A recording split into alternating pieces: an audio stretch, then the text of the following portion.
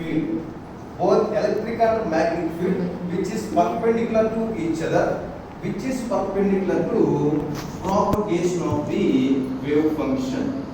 అంటే ఏదైనా wave function ఏ విధంగా అయితే వెళ్తుందో దానికి ఎలక్ట్రిక్ ఫీల్డ్ మ్యాగ్నెటిక్ ఫీల్డ్ ఒకదానితో ఒకటి లంబంగా ఉండి ఆ రెండు ఆ వేవ్ ప్రయాణించే దిశకు లంబంగా ఉన్నట్లయితే దాన్ని ఈఎంఆర్ అని చెప్తాము. ఈఎంఆర్ అని చెప్తాము. ఇక్కడ మనకి ఈఎంఆర్ గురించి తెలిసింది. ఇప్పుడు లైట్ గురించి ఇన్ఫర్మేషన్ తెలియాలి. లైట్ అనేది మనకి చాలా రకాల లైట్స్ ఉన్నాయి. ఇది ఈఎంఆర్ అనేది లైట్ లో అంటే ఆ లైట్ లో చాలా రకాలు ఉన్నాయి. అది ఒక్కొక్క రకాన్ని బేస్ చేసుకుని ఒక్కొక్క రకమైన స్పెక్ట్రోస్కోప్ ఇస్తుంది అన్నమాట. ఇక్కడ మనకి లైట్ లో చూసుకున్నట్లయితే ఫస్ట్ ఎక్స్రే, తర్వాత వచ్చేవాడికి యూవి, తర్వాత వచ్చేవాడికి ఐఆర్, తర్వాత వచ్చేవాడికి రేడియో, తర్వాత వచ్చేవాడికి మైక్రో అని చెప్పి ఇన్ని రకాల లైట్స్ ఉన్నాయి. ఫస్ట్ వచ్చింది మనకి ఎక్స్రే ఉంది, యూవి ఉంది, ఐఆర్ ఉంది, రేడియో ఉంది, మైక్రో ఉంది. ఇక్కడ మనకి ఎక్స్రే లైట్ ను ఉపయోగించి మనం ఏ విధమైన పదార్థాలు కనుక్కునే నీట్ రాలేదు. ఎందుకంటే ఎక్స్రే అనేది జస్ట్ మనకి లోపల ఉన్న పదార్థాల గురించి ఇన్ఫర్మేషన్ తెలుసుకోవడం. జస్ట్ మనకి మానవులోని ఎప్పుడు గురించి ఎప్పుడు విన్నప్పుడు ఉపయోగించే వాడు ఎక్స్రే ఉపయోగిస్తాం మనకి తెలిసిన ప్రకారం. అదొక రకమైన లైట్. Next UV. యూవి అంటే అల్ట్రా వైలెట్.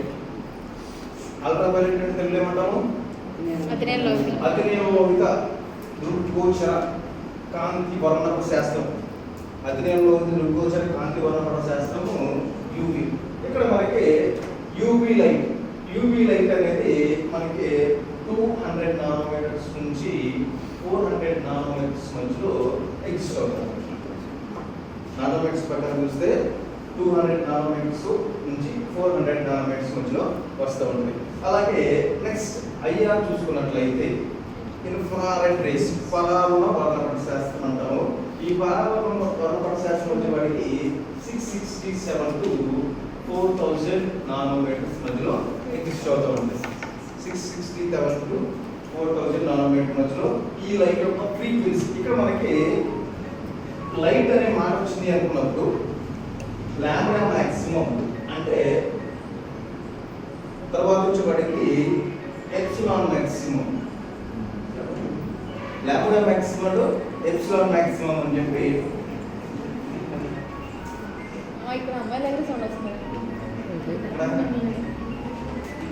ఇదేనా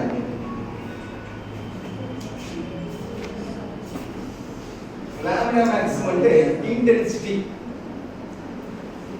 ఎప్సిలాన్ మాక్సిమం అంటే ఫ్రీక్వెన్సీ. కరెక్టేనా? ఎప్సిలాన్ అనేది ఇంటెన్సిటీకి సంబంధించింది, ఇది ఫ్రీక్వెన్సీకి సంబంధించింది. లాంబ్డా అండ్ ఎప్సిలాన్ వీటి మీద ఆధారపడి వర్క్ చేస్తూ ఉంటుంది స్పెక్ట్రోస్కోపీ. Epsilon and lambda. ఇక్కడ మనకి రేడియో వేవ్ రీజియన్ వచ్చేవాడికి radio wave region 3000 to 30,000 mega HS మధ్య ఎగ్జిస్ట్ అవుతుంది. ఇది రేడియో వేవ్ రీజియన్ అది 3000 to 30,000 మెగా హెచ్ఎస్ మధ్య ఎగ్జిస్ట్ అవుతుంది. అలాగే నెక్స్ట్ మైక్రో అప్ టు 30,000 నుంచి బిగినింగ్. ఇవి మనకి బేసిక్ గా లైట్ ఉపయోగించేది. ఇక్కడ మనకి స్పెక్ట్రోస్కోపీ అనేది interaction of matter with EMR అనుకున్నట్లయితే ఇక్కడ స్పెక్ట్రోస్కోపీ అనేది బేసిక్ గా 4 పార్ట్ల కింద సపరేట్ చేశారు. ఫస్ట్ 4 పార్ట్లు. దాంట్లో వచ్చేప్పటికి ఫస్ట్ మాస్ అని చెప్పి మాస్ స్పెక్ట్రోమెట్రిక్ తయారు చేశారు. తర్వాత వచ్చేవాడికి యూవి స్పెక్ట్రోస్కోపీ ఉంది, ఐఆర్ స్పెక్ట్రోస్కోపీ ఉంది, ఎన్ఎంఆర్ స్పెక్ట్రోస్కోపీ ఉంది. Mass, UV, IR, NMR. ఈ 4 వాటిలో మనకి యూవి, ఐఆర్, ఎన్ఎంఆర్ ఈ 3 స్పెక్ట్రోస్కోపీ అనే పలుకుతాం. ఎందుకంటే స్పెక్ట్రోస్కోపీ డెఫినేషన్ ఏంటి అంటే interaction of matter with EMR. Interaction of matter with EMR కాబట్టి యూవి, ఐఆర్, ఎన్ఎంఆర్ ఈ 3 కూడా ఈఎంఆర్ తోనే ఇంటరాక్షన్ లో ఉంటాయి. ఈఎంఆర్ తోనే ఇంటరాక్షన్ లో ఉంటాయి కాబట్టి వీటిని స్పెక్ట్రోస్కోపిక్ అని చెప్తారు. కానీ ఈ మాస్ అనేది చూసుకున్నట్లయితే ఈఎంఆర్ తో ఇంటరాక్షన్ లో ఉండదు. అందుకని దీన్ని స్పెక్ట్రోస్కోపీ అన్నారు, మాస్ స్పెక్ట్రోస్కోపీ అన్నారు. UV spectroscopy, IR spectroscopy, NR spectroscopy అంటారు. కానీ మాస్ వచ్చేప్పటికి స్పెక్ట్రోమెట్రీ అంటారు. స్పెక్ట్రోమెట్రీ ఎందుకని అన్నారు అంటే దీంట్లో ఈఎంఆర్ ఉపయోగించు. ఈఎంఆర్ బదులు ఏమొస్తారంటే ఎలక్ట్రానిక్ బీమ్ ఉపయోగిస్తాం.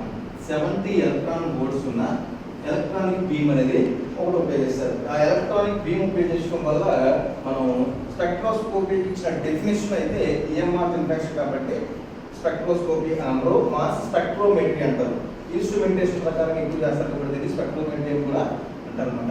ఇక్కడ మనకి స్టార్టింగ్ అసలు యూవి వల్ల ఉపయోగం ఏంటి అంటే అధ్యయనంలోత పరాన్న వర్ణన శాస్త్రం వల్ల ఉపయోగం, బేసిక్ ఇన్ఫర్మేషన్ ఏంటి అంటే యూవి వల్ల మేజర్గా ఉపయోగపడే ఏంటంటే నీకు ఇచ్చిన పదార్థం ఏదైతే ఉందో ఆ పదార్థము యారోమెటిక్గా ఆలిఫాటిక్గా ఫస్ట్ అది తెలుస్తుంది. తర్వాత నీకు ఇచ్చిన పదార్థము రింగ్ స్ట్రక్చర్లో ఉందా, నాన్ రింగ్ స్ట్రక్చర్లో ఉందా, మూడో వచ్చేవాడికి నీకు ఇచ్చిన పదార్థము డబుల్ బాండ్స్ ఏమైనా ఉన్నాయా, కాంజుగేషన్లో ఉన్నాయా లేవా అలా తెలుస్తుంది. తర్వాత exo double bonds, endo double bonds ఏమైనా ఉన్నాయా లేదా ఇన్ఫర్మేషన్ యూవీ ఇస్తూ ఉంటుంది. ఇక్కడ మనకి యూవీ స్పెక్ట్రోస్కోపీ అనేది ఇక్కడ మనకి ఈ లైట్ యొక్క ట్రాన్సిషన్స్ మీద ఆధారపడింది. మనకు బేసిక్ ఇన్ఫర్మేషన్ ఏంటంటే ఏ పదార్థం గురించి అయినా తెలుసుకోవాలనుకున్నప్పుడు ఆ పదార్థం మీద మనం లైట్ని పంపించినప్పుడు ఆ పదార్థం అనేది ఒక దాని యొక్క భూస్థితి నుంచి ఉత్తేజ స్థితికి వెళ్ళాలి. అది రూల్, బేసిక్ రూల్. అది బేసిక్ రూల్ అంటే ఒక పదార్థం గురించి తెలుసుకోవాలనుకున్నప్పుడు ఆ పదార్థం మనకి ఆ పదార్థం మీద లైట్ కానీ ఇంకేదైనా పంపించినప్పుడు ఆ పదార్థం అనేది దాని యొక్క భూస్థితిని వదిలేసి ఉత్తేజ స్థితిలోకి వెళ్ళాలి. ఆ ఉత్తేజ స్థితికి వెళ్ళినప్పుడు అక్కడ అన్స్టేబుల్గా ఉండలేక అక్కడ నుంచి కిందకు వచ్చేస్తుంది. ఆ కిందకు వచ్చేటప్పుడు ఎంతైతే ఎనర్జీ తీసుకుందో ఆ ఎనర్జీని ఏం చేస్తుందంటే లైట్ రూపంలో కానీ హీట్ రూపంలో కానీ బయటకు రిలీజ్ చేస్తుంది. ఆ లైట్ని కానీ హీట్ని కానీ మనం ఏం చేస్తామంటే తీసుకుని దాన్ని క్యాప్చర్ చేసి దాన్ని డీసీని కన్వర్ట్ చేసి యాంప్లిఫికేషన్ చేసి రికార్డులో రాసి దాని గురించి ఇన్ఫర్మేషన్ ఇస్తాం. అంతేగాని పదార్థం మీద పడిన వెంటనే దాని గురించి ఏం తెలియదు మనకి. పదార్థం మీద పడిన వెంటనే పదార్థం అనేది దాని స్థితిని మార్చుకుంటుంది అనమాట. ఎక్సైటెడ్ స్టేట్ ఉంది, ఎక్సైటెడ్ స్టేట్కి అక్కడ ఉండిపోకుండా అన్స్టేబుల్ కాబట్టి అక్కడ ఎంతైతే ఎనర్జీ తీసుకున్న ఎనర్జీని కొంత రిలీజ్ చేసి మళ్ళీ గ్రౌండ్ స్టేట్కి వచ్చేస్తుంది. గ్రౌండ్ స్టేట్కి వచ్చేసినప్పుడు రిలీజ్ అయిన ఎనర్జీ ఏదైతే ఉందో ఆ ఎనర్జీని మనం క్యాప్చర్ చేసి దాన్ని బేస్ చేసుకుని మనం ఆ పదార్థం గురించి ఇన్ఫర్మేషన్ ఇస్తారు. అది లైట్ గురించి తెలుగుది. ఇక్కడ ఎక్సైటెడ్ స్టేట్కి వెళ్ళేది ఏవైతే ఉన్నాయో ట్రాన్సిషన్స్ అంటారు.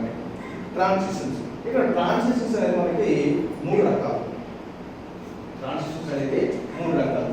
ఇక్కడ ట్రాన్సిషన్ చూసుకున్నట్లయితే మొట్టమొదటి ట్రాన్సిషన్ ఏంటంటే ఎలక్ట్రానిక్ ట్రాన్సిషన్స్. ఎలక్ట్రానిక్ ట్రాన్సిషన్ అంటే ఈనాడు E1 అంటే ఎలక్ట్రాన్స్ ఏవైతే ట్రాన్సిషన్ లో ఇన్వాల్వ్ అవుతాయో దాన్ని ఉపయోగించి ఆ పదార్థం బేసిక్ ఇన్ఫర్మేషన్ చెప్తాం. ఎలక్ట్రాన్ ట్రాన్సిషన్ జరుగుతుంది, దాన్ని ఉపయోగించి బేసిక్ ఇన్ఫర్మేషన్ చెప్తాం. ఈ ఎలక్ట్రాన్ ట్రాన్సిషన్ తర్వాత నెక్స్ట్ ఉన్నది ఏంటంటే వైబ్రేషనల్ ట్రాన్సిషన్స్ అన్నమాట. అంటే ఎలక్ట్రానిక్ ట్రాన్సిషన్స్ లోపలే వైబ్రేషనల్ ట్రాన్సిషన్స్ ఉంటాయి. Vibration transition V0, V3, V0, V1, V2, V3 vibrational transition. అలాగే వైబ్రేషనల్ ట్రాన్సిషన్స్ లోపల రొటేషనల్ ట్రాన్సిషన్స్ ఉంటాయి. R0, R1, R2, అలాగే R0, R1, R2 ఇలాగా. అంటే ఫస్ట్ ఎలక్ట్రానిక్ ట్రాన్సిషన్స్ ఉంటాయి. ఆ ఎలక్ట్రానిక్ ట్రాన్సిషన్స్ లోపల వైబ్రేషనల్ అండ్ రొటేషనల్ ట్రాన్సిషన్స్ ఉంటాయి. 3 రకాల ట్రాన్సిషన్స్. ఇక్కడ మనకి ఎలక్ట్రానిక్ ట్రాన్సిషన్స్ జరిగితే వచ్చే స్పెక్ట్రమ్ ఏంటి అంటే యూవీ స్పెక్ట్రమ్. ఎలక్ట్రానిక్ ట్రాన్సిషన్ జరిగితే వచ్చే స్పెక్ట్రమ్ యూవీ స్పెక్ట్రమ్. అంటే అతినీయంలో గ్లూకోజ్ మధ్యవర్ణ శాస్త్రం అనేది ఇక్కడ ఎలక్ట్రానిక్ ట్రాన్సిషన్స్ ద్వారా మనకి పదార్థం గురించి బేసిక్ ఇన్ఫర్మేషన్ ఇస్తుంది. కాంజుగేషన్లో ఉందా, అది యారోమెటిక్లో ఉందా, ఆలిఫాటిక్లో ఉందా, బయోమెట్రిక్గా, సిస్టమెట్రిక్గా ఏమైనా అటాచ్మెంట్స్ ఉన్నాయా, ఇలాంటి ఇన్ఫర్మేషన్ ఇస్తుంది అనమాట. ఇది బేసిక్ జస్ట్ ఆ పదార్థం ఈ స్ట్రక్చర్లో ఉండొచ్చు అనే ఇన్ఫర్మేషన్ ఇస్తుంది. తర్వాత చూద్దాం. ఈ ఎలక్ట్రానిక్ ట్రాన్సిషన్. ఈ ఈ ఎలక్ట్రానిక్ ట్రాన్సిషన్స్ ద్వారా మనకు తెలిసే విధానం ఏంటి అంటే కలర్స్, అంటే క్రోమోఫోర్ ఆక్సోక్రోమ్ అనే కాన్సెప్ట్ అన్నమాట. దీంట్లో వచ్చేది క్రోమోఫోర్ ఆక్సోక్రోమ్. ఇక్కడ క్రోమోఫోర్ ఆక్సోక్రోమ్ అంటే ఏంటి? క్రోమోఫోర్ అంటే కలర్ని ఎగ్జిబిట్ చేసేది అని డైరెక్ట్గా, దానికి తెలుగులో అయితే పర్ఫెక్ట్గా ఉంటుంది. వర్ణధారిణి అని. క్రోమోఫోర్ అంటే వర్ణధారిణి. వర్ణధారిణి అంటే అర్థం ఏంటంటే వర్ణాన్ని ధరించుకున్నది అని. అంటే బేసిక్గా ఆ పదార్థానికి కలర్ ఉంటుంది. బేసిక్గా ఆ పదార్థానికి డైరెక్ట్ కలర్ ఉంటుంది. ఆ కలర్ని బేస్ చేసుకుని ఈ పదార్థానికి ఎంత నెంబర్ ఇచ్చారు, లేదా ఆ కలర్ని బేస్ చేసుకుని ఈ పదార్థం ఈ స్టేజ్లో ఉండొచ్చు అని చెప్పి మనకు ఒక లైట్ని రేంజ్ ఇచ్చారు కదా, 200 to 400 నానోమీటర్స్ ఇచ్చారు కదా. ఆ రేంజ్ మధ్యలో ఆ పదార్థాలు ఉంటాయన్నమాట. ఆ పదార్థాలు బేస్ చేసుకుని ఒక ఈ కలర్ ఉంటే ఈ మాలిక్యూల్స్ అయి ఉండొచ్చు, లేదా ఈ కలర్ ఉంటే ఇవి ఎగ్జిస్ట్ అయి ఉండొచ్చు, లేదా ఈ రింగ్స్ ఉండొచ్చు, లేదా అటాచ్మెంట్స్ ఉండొచ్చు అని చెప్పి కలర్ని బేస్ చేసుకుని, అంటే యాక్చువల్లీ ఇది కలర్ బ్యాండ్స్ కింద ఫామ్ అవుతుంది అనమాట. అంటే P band, Q band, R band, L band అనేది బ్యాండ్స్ కింద ఫామ్ అవుతుంది ఆ స్పెక్ట్రోస్కోపీలో. ఆ బ్యాండ్లో ఒక ఫర్ ఎగ్జాంపుల్ పీ బ్యాండ్లో ఉందనుకోండి సంథింగ్, అంటే aliphatic compounds, non conjugate compounds. Q బ్యాండ్లో ఉందనుకోండి యాలిఫాటిక్ కాంపౌండ్స్, బట్ ఇది నాన్ కాంజుగేటెడ్స్. ఇలాంటి మనకి బ్యాండ్స్ని బేస్ చేసుకుని ఈ పదార్థాలు ఉంటాయని చెప్పి బేసిక్ ఇన్ఫర్మేషన్ ఉంది మన దగ్గర. అలా బ్యాండ్స్ బేస్ చేసుకుని యూవి ద్వారా చెప్తాము. ఇప్పుడు బ్యాండ్స్ బేస్ చేసినప్పుడు ఆ కలర్స్, పదార్థానికి ఉండే కలర్ని బేస్ చేసుకుని చెప్తాం కాబట్టి కలర్ ఉండే కాంపౌండ్స్ ఏమంటారు అంటే క్రోమోఫోరిక్ కాంపౌండ్స్ అంటారు. అంటే ఇండివిజువల్గా సొంతంగా కలర్ ఉంటాయి, అవి క్రోమోఫోరిక్ కాంపౌండ్స్ అంటే వర్ణధారిణి పదార్థాలు అంటారు. అలాగే రెండోది ఏంటంటే ఆక్సోక్రోమిక్ కాంపౌండ్స్. ఆక్సోక్రోమ్స్ అంటే స్వయంగా వాటికి కలర్ ఉండదు, కానీ ఏదైనా ఒక పదార్థం దాంట్లో పంపించాలంటే అది మొత్తం కలర్ కింద కన్వర్ట్ అయిపోతుంది. సొంతంగా దానికి కలర్ ఉండదు, అది కలర్లెస్ కాంపౌండ్లో ఒక డాకు వేరే కాంపౌండ్ వేసినట్లయితే అది మొత్తం కలర్ కింద కన్వర్ట్ అయిపోతుంది. అలాంటి వాటిని ఏమంటారంటే ఆక్సోక్రోమిక్ కాంపౌండ్స్ అంటారు. క్రోమోఫోర్స్ అంటే సొంతంగా కలర్ ఉంటాయి, ఆక్సోక్రోమ్స్ అంటే క్రోమోఫోర్ కాంపౌండ్స్ మీద బేస్ అయి ఉంటాయి. అంటే వేరే కాంపౌండ్ దాంట్లో వేసినట్టే కలర్ చేంజ్ అయిపోతుంది. అలా అయినట్లయితే వాటిని ఆక్సోక్రోమిక్ కాంపౌండ్స్ అంటారు. అంటే మనకి యూవీ ద్వారా తెలిసే విషయం ఏంటంటే కలర్స్ని ఉపయోగించి బేసిక్ స్కెలిటన్ని మనం ఇన్ఫర్మేషన్ తెలుసుకుంటాం. యూవీ స్పెక్ట్రోస్కోపీ ద్వారా బేసిక్ స్కెలిటన్ని మాత్రమే తెలుసుకోగలుగుతాము. అది కలర్ను ఉపయోగించి తెలుసుకుంటాము. ఆ కలర్ని ఎలా తెలుసుకోగలుగుతాం అంటే ఎలక్ట్రానిక్ ట్రాన్సిషన్ ఉపయోగించి తెలుసుకుంటాం. అది యూవీ స్పెక్ట్రోస్కోపీ గురించి. ఆ తర్వాత వచ్చే వాటికి ఐఆర్ స్పెక్ట్రోస్కోపీ. ఐఆర్ స్పెక్ట్రోస్కోపీ అంటే పరావరణ వర్ణపట శాస్త్రం అంటారు. ఈ పరావరణ వర్ణపట శాస్త్రంలో మనకు తెలిసే ఇన్ఫర్మేషన్ ఏంటంటే ఫంక్షనల్ గ్రూప్ తెలుస్తుంది. ఫంక్షనల్ గ్రూప్, దీన్ని ఫంక్షనల్ గ్రూప్ డిటర్మినేట్ స్పెక్ట్రోస్కోపీ అంటారు. ఫంక్షనల్ గ్రూప్ మనకి ఇచ్చిన పదార్థంలో ఏ ఫంక్షనల్ గ్రూప్ ఉందో ఈ ఐఆర్ స్పెక్ట్రోస్కోపీ చెప్పేస్తారు. ఈ ఐఆర్ స్పెక్ట్రోస్కోపీలో మేజర్ ఇన్ఫర్మేషన్ ఏంటి అంటే 667 to 1400 నానోమీటర్స్ వరకు మనకి ఒక ఫింగర్ ప్రింట్ రీజియన్ ఉంటుంది. 667 to 1400 నానోమీటర్స్కి ఫింగర్ ప్రింట్ రీజియన్ ఉందన్నమాట. అంటే ఒక పదార్థానికి ఉన్నటువంటి ఏవైతే ప్రాపర్టీస్ ఉన్నాయో ఆ ప్రాపర్టీస్ వేరే పదార్థానికి ఉండవు. మన ఫింగర్ ప్రింట్ యొక్క రూల్ ఏంటి? దేశంలో 130 కోట్లు ఉన్నా కానీ ఒక ఫింగర్ ప్రింట్ ఇంకోకి మ్యాచ్ అవ్వదు. అలాగే ఇక్కడ ఎన్ని రకాల పదార్థాలు ఉన్నా కానీ ఆ పదార్థాల యొక్క ప్రాపర్టీస్ ఒకదాని ఒకటే మ్యాచ్ అవ్వకుండా, అంటే ఫంక్షనల్ గ్రూప్స్ అవ్వకుండా చేస్తుంది. అంటే ఫంక్షనల్ గ్రూప్ని డిటర్మైన్ చేయడానికి ఈ రియేంజ్ అనేది బాగా అవసరం అవుతుంది. ఏ పదార్థం వచ్చైనా ఫంక్షనల్ గ్రూప్ కరెక్ట్గా తెలుసుకోవాలంటే ఈ రేంజ్లో ఈజీగా తెలుసుకోవచ్చు. ఈ ఫంక్షనల్ గ్రూప్ డిటర్మినేషన్ని దీంట్లో చేస్తాము. కొన్ని రకాల functional group, for example carbonyl group అనుకోండి, 1680 నుంచి 1720 నానోమీటర్స్ మధ్య ఎగ్జిస్ట్ అవ్వచ్చు. అంటే కార్బన్ సిసి డబల్ బాండ్ అనుకోండి, డబల్ బాండ్ నుంచి బయటికి అంటే కార్బన్ ఉందంటే ఆటోమేటిక్గా 2700 నుంచి 3200 నానోమీటర్స్ మధ్య ఎగ్జిస్ట్ అవుతుంది. ఇలాగా ఫంక్షనల్ గ్రూప్ని తెలుసుకోవడానికి ఈ ఐఆర్ స్పెక్ట్రోస్కోపీ అనేది ఉపయోగం. ఐఆర్ స్పెక్ట్రోస్కోపీ నెక్స్ట్ అంటే ఫస్ట్ బేసిక్స్ అని తెలిసింది, తర్వాత రెండోది ఫంక్షనల్ గ్రూప్ ఇన్ఫర్మేషన్ తెలిసింది, ఆ మూడోది వచ్చి వాటికి రేడియో వేవ్ రేంజ్. ఇక్కడ రేడియో వేవ్ రేంజ్ అంటే ఎన్ఎంఆర్ స్పెక్ట్రోస్కోపీ వస్తామన్నమాట.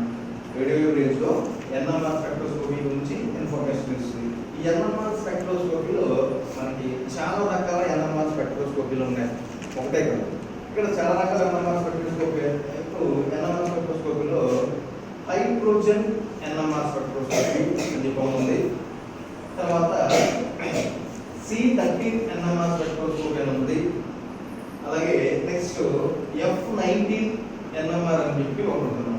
అంటే మనకిచ్చిన పదార్థంలో కార్బన్ హైడ్రోజన్ కాకుండా వేరే పదార్థాలు ఎక్కువగా ఏవైతే ఉన్నాయో వాటికి సంబంధించిన స్పెక్ట్రోస్కోపీ ఇస్తుంది అన్నమాట, ఉపయోగించుకుంటాం మనం.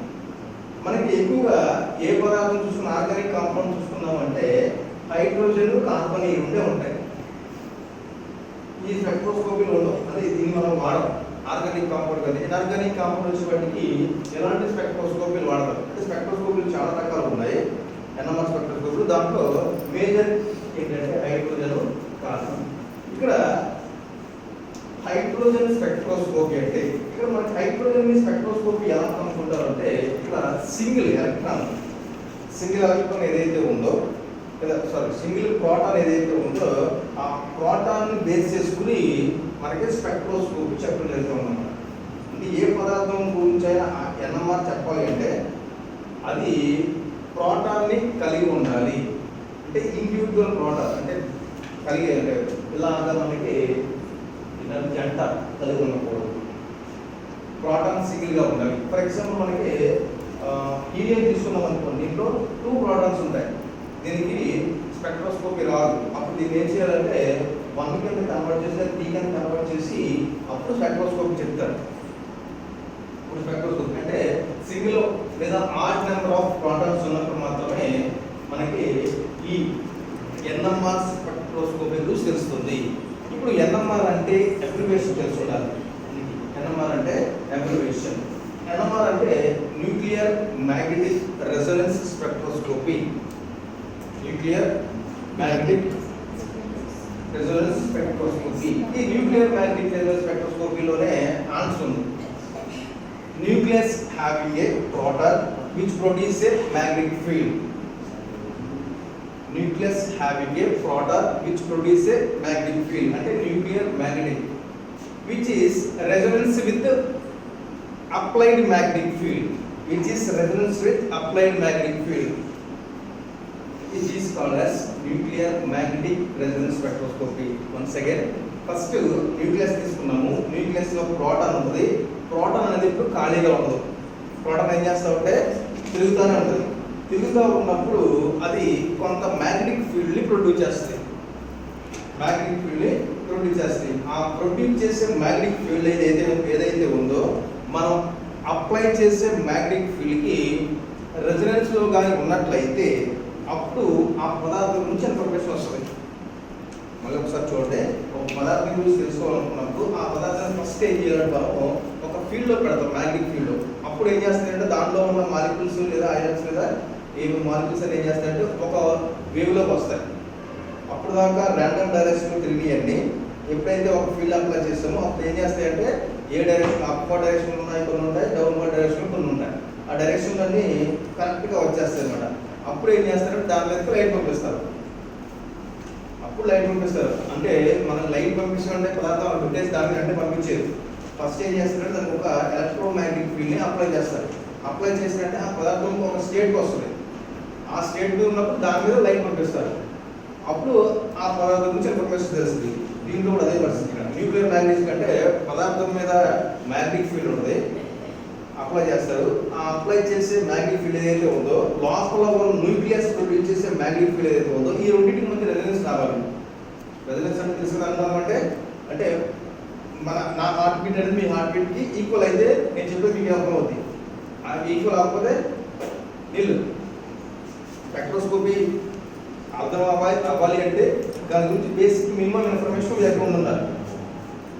లేదా ఇంతకుముందు ఈ ఈ వాట్స్ అన్ని మీరు విని ఉండాలి. అలాంటప్పుడు మాత్రమే మీ ఫ్రీక్వెన్సీ ఆ ఫ్రీక్వెన్సీ ఈక్వల్ అవుతుంది. మా ఫ్రీక్వెన్సీ మీ ఫ్రీక్వెన్సీ ఈక్వల్ అవ్వలేదు అనుకోండి, మీరు అలా కొత్తగా ఇలా చెప్తారన్నమాట. కారణం కదా అది జరుగుతుందన్నమాట. అంటే న్యూక్లియస్ లోపల ఉన్న ప్రోటాన్ ఉంది, ఆ ప్రోటాన్ కొంత మ్యాగ్నెటిక్ ఫీల్డ్ ప్రొడ్యూస్ చేస్తుంది. ఆ ప్రొడ్యూస్ చేసే మ్యాగ్నెటిక్ ఫీల్డ్ ఏదైతే ఉందో అది అప్లైడ్ మ్యాగ్నెటిక్ ఫీల్డ్ కి రెజొనెన్స్ లో కానీ ఉంది అనుకుంటే అప్పుడు వచ్చే స్పెక్ట్రాన్ని న్యూక్లియర్ మ్యాగ్నెటిక్ రెజొనెన్స్ స్పెక్ట్రమ్ అంటాం. Nuclear magnetic resonance spectrum. ఈ న్యూక్లియర్ మ్యాగ్నెటిక్ రెజొనెన్స్ స్పెక్ట్రమ్ లో ఏం తెలుస్తుంది అంటే number of protons present in a compound. నీకు ఇచ్చిన పదార్థంలో ఎన్ని ప్రోటాన్స్ ఉన్నాయి అనే ఇన్ఫర్మేషన్ హైడ్రోజన్ అన్న పదాలు తెలుస్తుంది. అలాగే number of set of protons, ఎన్ని సెట్ ఆఫ్ ప్రోటాన్స్ ఉన్నాయి అంటే మనకి ప్రోటాన్స్ ఉండే రకాలు ఉన్నాయి. ఫర్ ఎగ్జాంపుల్ చూసుకున్నట్లయితే సింగిల్ బాండ్ తో ఉన్నాయనుకోండి ప్రోటాన్స్ CH4 వచ్చేస్తుంది. అంటే 4 హైడ్రోజన్స్ ఉండే అంటే సింగిల్ బాండ్స్ ఉన్నాయని ఒక రకమైన సెట్. అలాగంటే CH3 చివరిలో ఉండేది ఫర్ ఎగ్జాంపుల్ ఇలా వస్తే చివరిలో ఉండేది CH3 అవుతుంది, ఈ మధ్యలో ఉండేది CH2 అవుతుంది. అంటే సింగిల్ బాండ్స్ ఉంటాయి. అంటే ఇది ఒక రకమైన సెట్, ఇది ఒక రకమైన సెట్ అన్నమాట. వాటిని సెట్ ఆఫ్ ప్రోటాన్స్ అంటారు. Number of protons present in a compound and set of protons present in a compound. ఈ ఇన్ఫర్మేషన్ ని మనకి NMR వల్ల తెలిసేది ప్రోటాన్స్ ఎన్ని రకాలు ఉన్నాయి, ఎన్ని సెట్స్ ఉన్నాయి అంటే డబుల్ బాండెడ్ ప్రోటాన్స్ ఉన్నాయా, సింగిల్ బాండెడ్ ప్రోటాన్స్ ఉన్నాయా. సింగిల్ బాండెడ్ ఉంటే CH ఉన్నది ఉందా, CH2 ఉందా, CH3 ఉన్నాయా, ఇవి ఎన్ని రకాలు ఉన్నాయి అనే ఇన్ఫర్మేషన్ మనకి ఇస్తుంది అనమాట. అలాగే చివరిగా ఏం చేస్తారంటే కార్బన్ 13 అన్నమాట చేస్తాం. ఈ ఇచ్చిన కాంపౌండ్ లో ఎన్ని రకాల కార్బన్స్ ఉన్నాయి, డబుల్ బాండెడ్ కార్బన్ ఉంది, డబుల్ బాండెడ్ కార్బన్ ఉందా, లేదా అరోమాటిక్ లో ఉన్న కార్బన్ ఉందా, లేదా ఆలిఫాటిక్ లో కాంజుగేషన్ లో ఉన్న కార్బన్ ఉందా, ఇలాగా ఒక్కొక్క కార్బన్ కి ఒక్కొక్క రకమైన వాల్యూ ఉంటుంది. కార్బన్స్ అంటే మనకు చివరికి వచ్చేప్పటికి total number of carbons, total number of hydrogens, basic skeleton. First లో మనకి బేసిక్ స్కెలిటన్ ఎక్కడ యూలో తెలిసింది, ఫస్ట్ లో బేసిక్ స్కెలిటన్ తెలిసింది. ఆ నెక్స్ట్ యూ వచ్చేపాటికి ఐఆర్ వచ్చేపాటికి ఫంక్షనల్ గ్రూప్ తెలిసింది.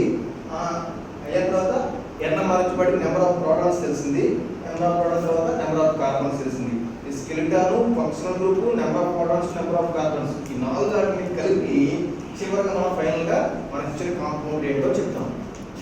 మనకి ఇచ్చిన కాంపౌండ్ చెప్తే అప్పుడు మనకి ఫైనలైజేషన్ అవుతుంది అన్నమాట. ఇది స్పెక్ట్రోస్కోపీలో మీకు ఇచ్చిన కాంపౌండ్ గురించి ఇన్ఫర్మేషన్ పూర్తిగా తెలిసి ఆ స్ట్రక్చర్ రాస్తారు, అది ఫైనల్ చేస్తారు.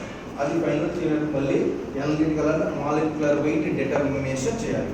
అంటే మాలిక్యులర్ వెయిట్ బేస్ చేసుకుని అది మాలిక్యులర్ వెయిట్ ఎక్కడ చేస్తాం, మళ్ళీ స్టార్టింగ్ మన ఎక్కడో మాస్ అని చెప్పారు ఫస్ట్ లో అక్కడ చేయాలన్నమాట. మాస్ స్పెక్ట్రోమెట్రీ అక్కడికి వెళ్తారన్నమాట.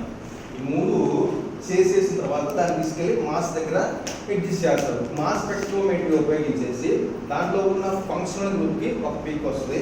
దాని మాలిక్యులర్ ఫంక్షనల్ గ్రూప్ పీక్ వచ్చిన తర్వాత దాన్ని బేస్ పీక్ అంటారు. ఆ base peak functional group base చేసుకుని 4-5 రకాలుగా స్ప్లిట్ అవుతుంది. ఆ స్ప్లిట్టింగ్ ని బేస్ చేసుకుని అంటే బేస్ పీక్ అంటే అక్కడ పేరెంట్ అయ్యాను అంటారు. ఇంకా బాగా కావాలంటే పేరెంట్ అయ్యాను, దాని నుంచి డాటా అయాన్స్ రిలీజ్ అవుతాయి. పేరెంట్ అయ్యారు, డాటా అయాన్స్ ఇలా రిలీజ్ అవుతాయి. ఆ రిలీజ్ అయ్యేది బేసింగ్ ఆన్ ఫంక్షనల్ గ్రూప్ అన్నమాట. అలా రిలీజ్ అయిన తర్వాత ఆ ఒక్కొక్క దానికి ఒక్కొక్క నెంబర్ M/E వాల్యూ లేదా M/A value, mass by electron value అన్నమాట. ఆ వాల్యూస్ మనం కనుక్కున్న కాంపౌండ్కి వచ్చే వాల్యూ ఈక్వల్గా అయ్యిందా లేదా, మనం UV, IR, NMR ఉపయోగించి ఒక పదార్థం ఎలా ఉంటుందని ఇన్ఫర్మేషన్ ఇస్తాము. వీటిలన్నింటినీ ఫైనలైజ్ చేసేది మాస్ స్పెక్ట్రోమెట్రీ అన్నమాట. మాస్ స్పెక్ట్రోస్కోపీలో మొత్తం ప్రతి పార్ట్ వచ్చేస్తుందన్నమాట. ఇక్కడ రెట్రోసిన్సిస్ జరుగుతుంది అన్నమాట.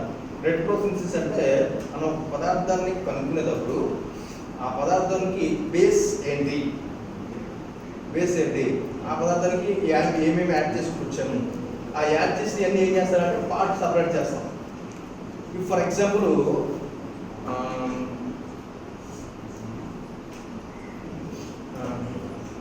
బెంజమైడ్ తీసుకున్నాం. బెంజమైడ్ మన క్లారిటీ వస్తుంది దాని మీద. బెంజమైడ్ అంటే CH2 అనుకుంటున్నాం కదా, ఇలా తీసుకోవచ్చు. ఫస్ట్ బెంజమైడ్ రావాలి అంటే తీసేసి ఇలా తీసేమనుకోండి ఇది పోవచ్చు తెలుసు. అంటే ఇంతకు ముందు ఈ కాంపౌండ్ ఏంటి అంటే బెంజాయిక్ యాసిడ్ నుంచి బెంజమైడ్ రప్పించవచ్చు. మన స్టార్టింగ్ బెంజాయిక్ యాసిడ్ నుంచి బెంజమైడ్ రప్పించవచ్చు. బెంజాయిక్ యాసిడ్ అనేది బెంజీన్ నుంచి రప్పించవచ్చు. బెంజాయిక్ యాసిడ్ అనేది బెంజీన్ నుంచి రప్పించవచ్చు. ఈ బెంజీన్ అనేది ఇంకా దేని నుంచి రప్పించవచ్చు, లేదా బేసిక్ కాంపౌండ్ బెంజీన్ దొరుకుతుందా లేదా ఇలా చూసుకుంటాం. ఏదైనా పదార్థం కలుపుకునేటప్పుడు మనకి ఫైనల్ ఆన్సర్ తెలిసిన తర్వాత దాన్ని స్టార్టింగ్ నుంచి చేసుకుని వస్తాం. ఇలా రివర్స్ చేసుకుంటూ వస్తే దాన్ని రెట్రో అంటామన్నమాట. రెట్రో సింథసిస్ అనమాట. అంటే ఈ పదార్థం తయారవ్వాలంటే ఫస్ట్ బెంజీన్ ఉండాలి, తర్వాత యాసిడ్ ఉండాలి, యాసిడ్ తర్వాత అమైడ్ ఇమీన్ ఉండాలి, అమోనియా ఉండాలి. ఈ మూడు కలిపి మనం ఏం చేసామంటే బెంజమైడ్ తయారు చేస్తాం.